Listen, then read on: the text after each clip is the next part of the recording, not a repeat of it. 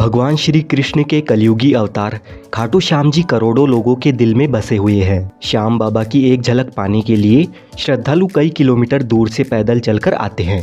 महाभारत की युद्ध भूमि में अपना शीश काटकर श्री कृष्ण जी को दान देने वाले बर्बरीक जी, जो कि राजस्थान के सीकर जिले के खाटू गांव में खाटू श्याम जी के नाम से जाने जाते हैं। श्याम बाबा के भव्य मंदिर में दर्शन करने के लिए हर दिन लाखों भक्त खाटू में आते हैं और जो भी भक्त पूरी आस्था के साथ यहाँ आते हैं, श्याम बाबा उनकी मनोकामनाएं पूरी करते हैं। कहते हैं कि जब आप हर जगह से हार जाए तो एक बार खाटू श्याम जी के मंदिर में ज़रूर आइए। यहाँ पर दर्शन करने से आपके सभी बिगड़े काम बन जाते हैं। जैसे जैसे कलयुग आगे बढ़ रहा है, वैसे ही श्याम बाबा के भक्त भी बढ़ते जा रहे हैं। जो कोई भी खाटू श्याम जी को दिल से अपना मान लेता है, खाटू नरेश उसके सारे कष्ट हर लेते हैं। तो खाटू श्याम जी के दर्शन करने के लिए आप आना चाहते हैं या आ रहे हैं तो आप खाटू कैसे पहुंच सकते हैं? मंदिर में दर्शन करने के बाद आप और कौन कौन से दर्शनीय स्थलों पर जा सकते हैं? साथ ही एक दिन में आप सालासर धाम में बालाजी के दर्शन करने के लिए किस तरह से जा सकते हैं?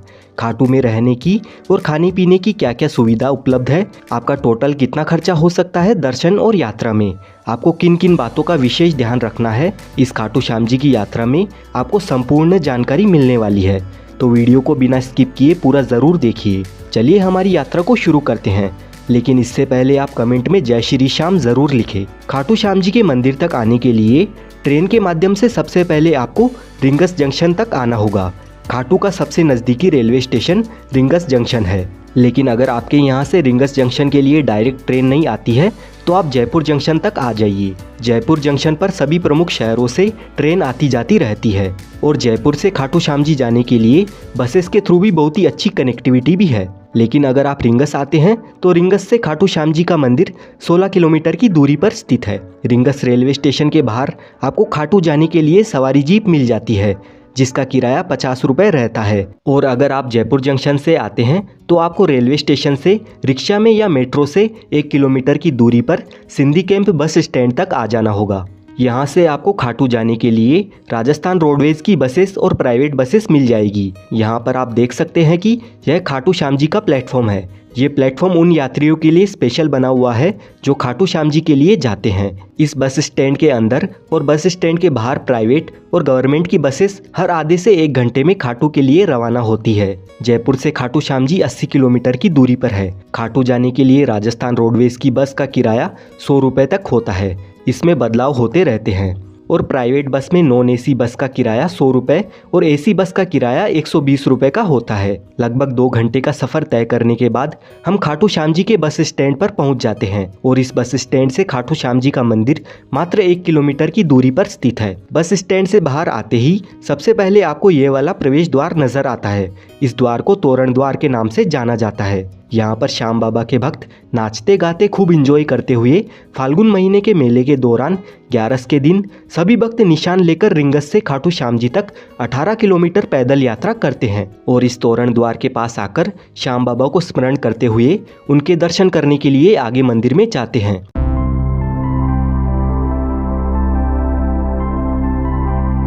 मंदिर की ओर जाते वक्त आपको रास्ते में बहुत सारी प्रसाद की दुकानें नजर आएगी। इन दुकानों से आप भी प्रसाद ले सकते हैं। श्याम बाबा को मिश्री, पेड़ा, चूरमा और गुलाब के फूल प्रसाद के तौर पर अर्पण किए जाते हैं। खाटू श्याम जी के दर्शन करने से पहले सभी भक्त मंदिर के पास में बने इस श्याम कुंड में स्नान करने के बाद ही खाटू श्याम जी के दर्शन करने के लिए जाते हैं।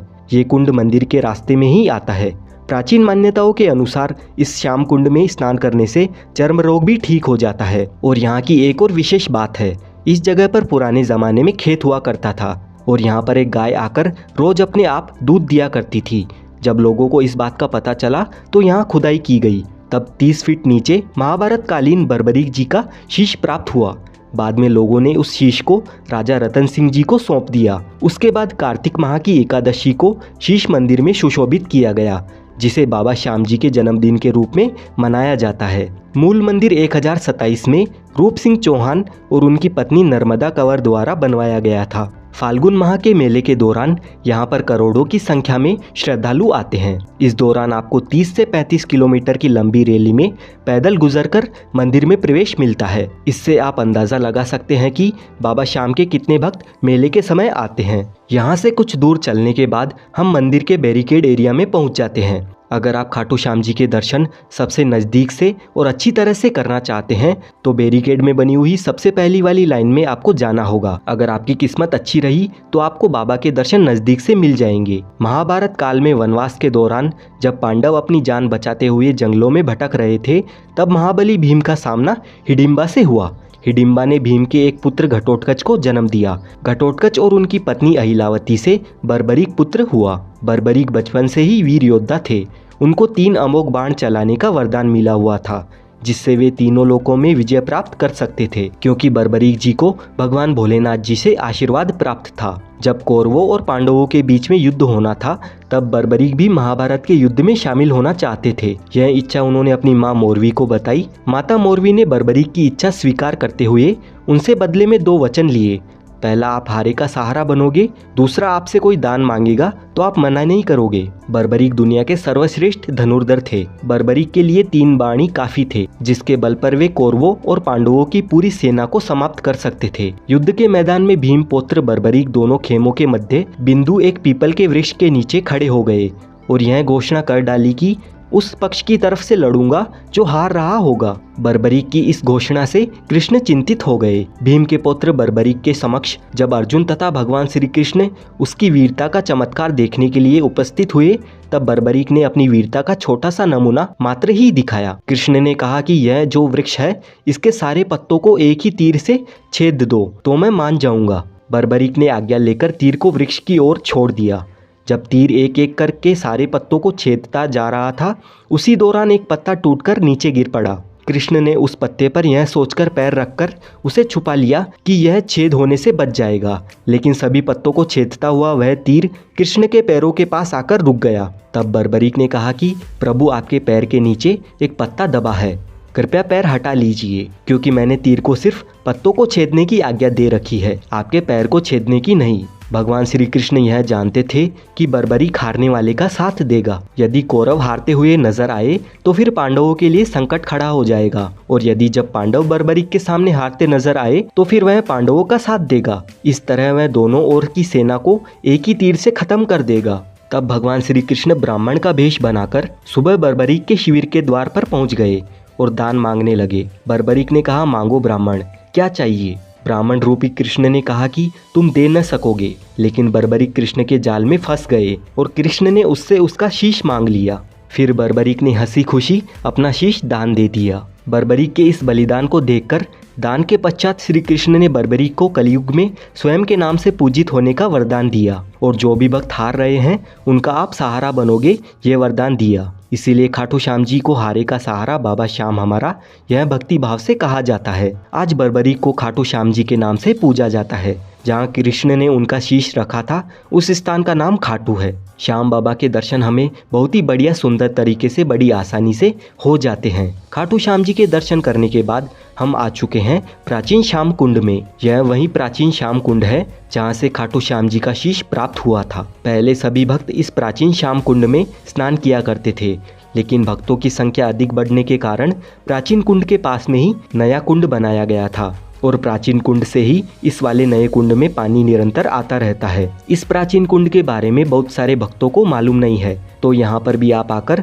दर्शन जरूर करना। खाटू नगरी में आपको खाने पीने की कोई भी कमी नहीं होने वाली है। यहाँ पर बहुत सारे रेस्टोरेंट्स बने हुए हैं, जहाँ पर आपको 100 रुपए की स्टार्टिंग में वेज थाली मिल जाएगी, और यहाँ पर आपको बहुत सारे मिष्ठान भंडार भी नजर आएंगे, जहाँ से आप मिठाई, चूरमा, रबड़ी, मावा कचौड़ी, इस तरह के सभी व्यंजन इंजॉय कर सकते हैं। यहाँ पर खाने पीने की बढ़िया बढ़िया चीज़ें मिल जाती है। अगर आप श्याम बाबा के दरबार में रुकना चाहते हो तो तोरण द्वार के पास में ही काफ़ी सारी धर्मशालाएं मौजूद है। यहाँ पर आपको एसी, नॉन एसी और फैमिली रूम मिल जाते हैं। श्याम बाबा के दर्शन करने और यहाँ पर घूमने फिरने में हमें आधा दिन लग जाता है। इसके बाद आप भगवान हनुमान जी के दर्शन करने के लिए जाना चाहते हैं तो खाटू के इस बस स्टैंड से सालासर जाने के लिए निरंतर बसें मिल जाती है, जिनमें पर पर्सन 120 रुपए का किराया लगता है, और सालासर पहुंचने में 3 घंटे का समय हमें लग जाता है। सालासर बस स्टैंड पर पहुंचने के बाद यहाँ से मात्र 5 मिनट चलने के बाद हम सालासर मंदिर के गेट नंबर 1 पर पहुंच जाते हैं। सालासर बालाजी मंदिर भगवान हनुमान जी के भक्तों के लिए एक धार्मिक स्थल है। यह राजस्थान के चूरू जिले में जयपुर बीकानेर राजमार्ग पर स्थित है। हर साल देश भर से असंख्य भक्त यहाँ पर बालाजी के दर्शनों के लिए सालासर धाम आते हैं। यहाँ पर हर साल चैत्र पूर्णिमा और अश्विनी पूर्णिमा पर बड़े मेलों का आयोजन किया जाता है। भारत में यह एकमात्र बालाजी का मंदिर है जिसमें बालाजी की दाढ़ी और मूंछ है। सालासर धाम में आने वाले सभी यात्रियों की सुविधा व धाम का विकास श्री बालाजी मंदिर के माध्यम से श्री हनुमान सेवा समिति द्वारा किया जाता है। यहाँ रहने के लिए कई धर्मशालाएं और खाने पीने के लिए रेस्टोरेंट्स बने हुए हैं।